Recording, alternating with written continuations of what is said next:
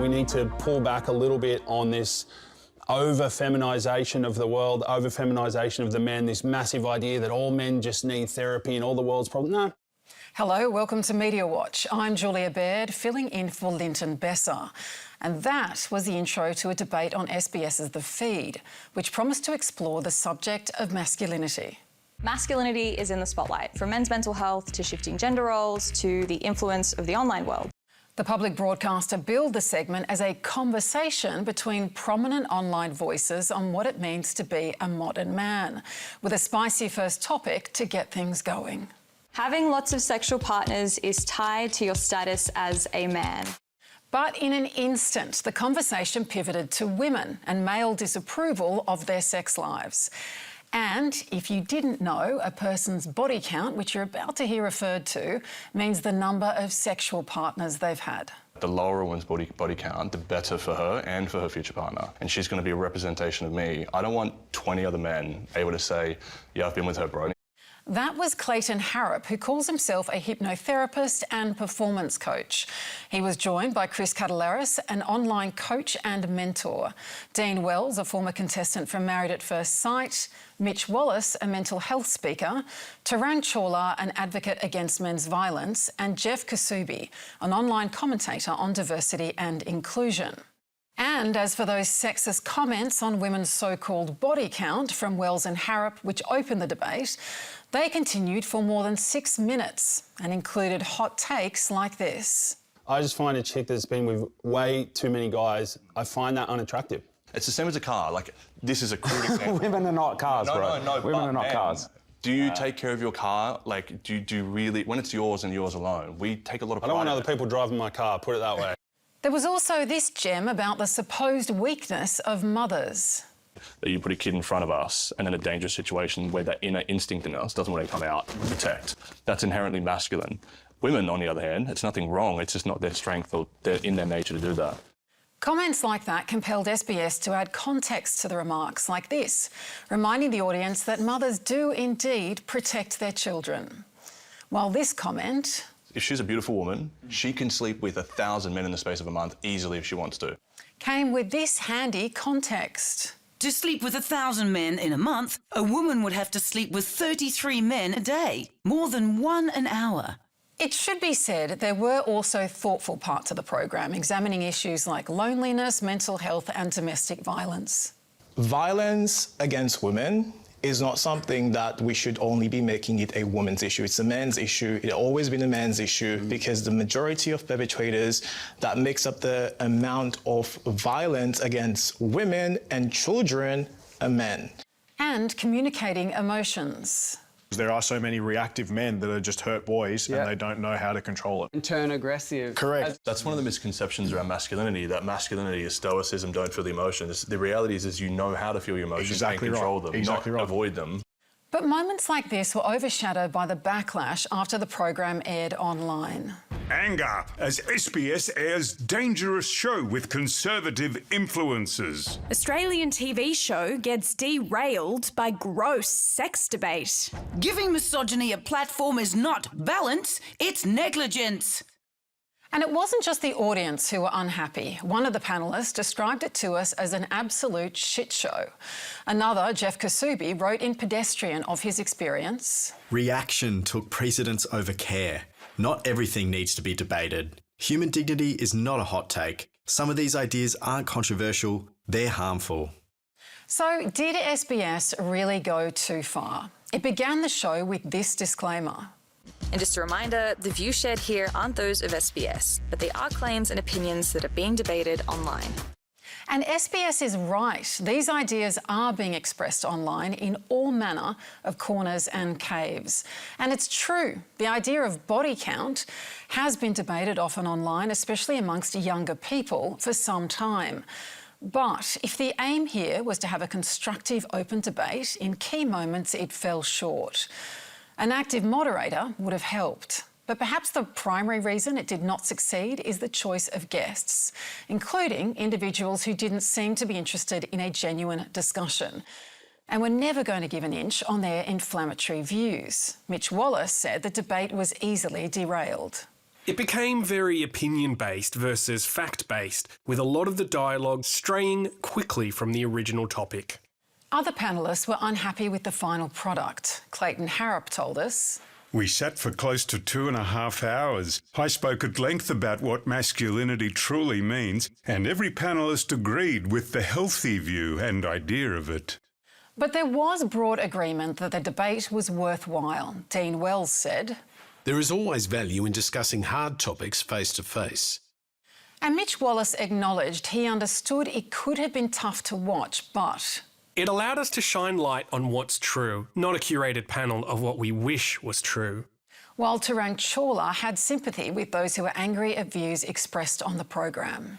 Some of what was said came straight from the reality TV men's influencer playbook. The fact that SBS platformed them shows how easily even the media can be duped into thinking these people bring something of value to the conversation. Panel discussions on controversial subjects are frequently compelling and nothing new. But this particular style of debate, involving forced confrontations between more and more extreme positions, has proven wildly popular online. The Surrounded series from media company Jubilee has pitted one doctor against anti-vaxxers, one cop against criminals, and one pro-lifer against pro-abortion activists, in charged and often engrossing debates. This program, titled One Progressive versus 20 Far-Right Conservatives, ratcheted up almost 11 million views. You're a little bit more than a far-right Republican. Hey, what can I say? I think you can say I'm a fascist. Yeah, I am. Absolutely. Of course, SBS's version was not that extreme, but surely we can agree there are some viewpoints that don't need debating, and that includes whether women should be shamed for having a sex life. SBS defended its program, telling Media Watch, "Engaging in the contest of ideas is central to journalism, and SBS does not flinch from debate. The feed's role is to facilitate challenging conversations. This program was balanced and accurately represented the views expressed." This was an important discussion, and credit to SBS for having a crack. But the fundamentals of debates are openness and respect, and just because something is expressed online does not make it right to air. When offensive remarks are given prominence, they can undermine the entire undertaking. Good debate requires good faith, especially on a public broadcaster. And now to Victoria's meat processing industry and the ongoing stoush between animal welfare advocates and the knackeries they monitor. Animal rights advocates could face criminal charges after they allegedly broke into a northeast slaughterhouse and filmed what they call unethical practices. Yes, allegations of animal cruelty at a slaughterhouse owned by Game Meats Company, or GMC, at an abattoir in Yeroban in Victoria's northeast. Video captured by activists who broke into the property and installed hidden cameras allegedly captured cruelty in the kill area, a claim the company denies. The activists handed the vision over to Victoria's Agriculture Department but heard nothing back.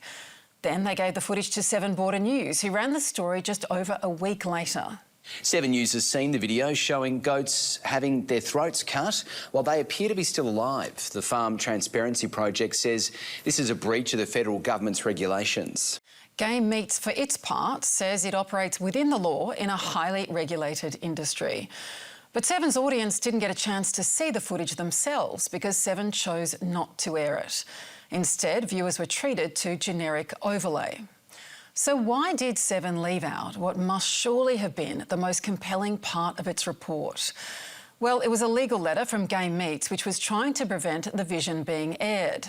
The company then took the animal activists to court and, for almost a year, the Farm Transparency Project has been fighting to publish the footage, while Game Meats has been trying to keep it secret.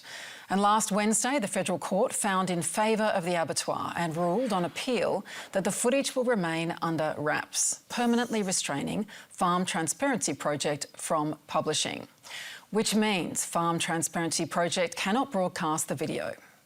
However, it was one particular part of the judgment which really raised eyebrows. Farm Transparency International should be ordered to assign in writing to Game Meat's company the copyright in the video images which Farm Transparency International obtained.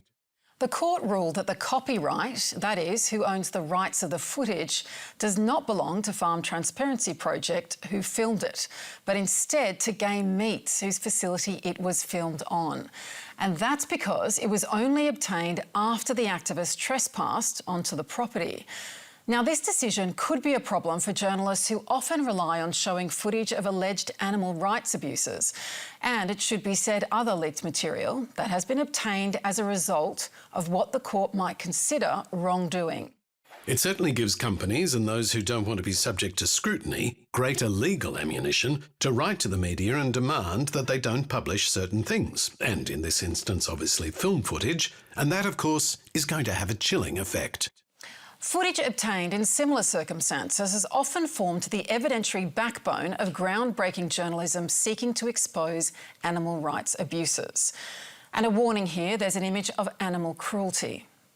In 2015, this Gold Walkley-winning investigation, which exposed live baiting in the greyhound racing industry, and in late 2023, when the Farm Transparency Project placed cameras inside 5 major slaughterhouses in Tasmania and captured allegations of widespread animal cruelty. That vision led to the state government mandating the installation of CCTV cameras throughout all facilities. And again, in 2023, the Victorian government initiated an inquiry into pig welfare after 730 published footage of animals being gassed, provided by the Farm Transparency Project. Former live export vet Dr. Lynn Simpson, who has since turned to advocacy, told us, "Written reports are rarely as confrontational or impactful as images. People struggle to imagine the scene, the suffering, the pain, the frustration, the intentional cruelty. Images are powerful, undeniable and crucial for true understanding and accountability." Farm Transparency Project has pledged to fight the case. And if the footage depicts what Seven describes, then we believe it should be in the public domain. For now, media lawyers we've spoken to are waiting to see what happens when this new principle is tested by the media in court. But if worst fears are confirmed, this judgment could well do more than just rob animal welfare activists of the copyright of their secretly recorded footage, but may in fact limit public interest reporting and bury dramatic and confronting footage of genuine animal rights abuses when they occur from ever seeing the light of day. Now to snakes on a train, or a train set to be more precise, which was making the news last week. A Queensland reptile wrangler has rescued a snake from a model train set. Residents called the snake catcher to the property after a venomous visitor was spotted napping inside the tunnel. Crikey, not the ideal place for a snake, you'd think. And in a fun or terrifying twist, would you believe? He initially thought it was made of rubber. There he is. Look at that, in amongst the train set. Snakes in train sets, pretty unusual, right? 10 News explained, though. Daytime temperatures in Queensland have been warming up, and that means more snakes. Lucky then, the snake wrangler was called out to coax a little guy out of his hidey hole. But we reckon snakes must be quite the rail enthusiasts, because Sky News was reporting a strikingly similar story 3 years ago. There he is. Look at that, in amongst the train set. So actually, not news at all. It turns out this vision was from not 2025 but 2022, then reposted last week with a fun caption sure to catch the eye of some time-strapped producer. Choo-choo! A snake in the model train set. Call us anytime. Which nobody did, because the snake catchers tell us not one media outlet actually rang to verify when this video was actually shot. And why did the snake catchers repost the video? Snake catcher Summer Woolston told us. In the winter, the snakes are a little less active, so sometimes when we are low on content, we reuse one of our videos. Look, we love a good snake video as much as the next person, but can we offer just one piece of advice? The next time a tantalising piece of content slithers its way into your social feed, reporters might like to at least make a phone call to make sure the news is in fact news.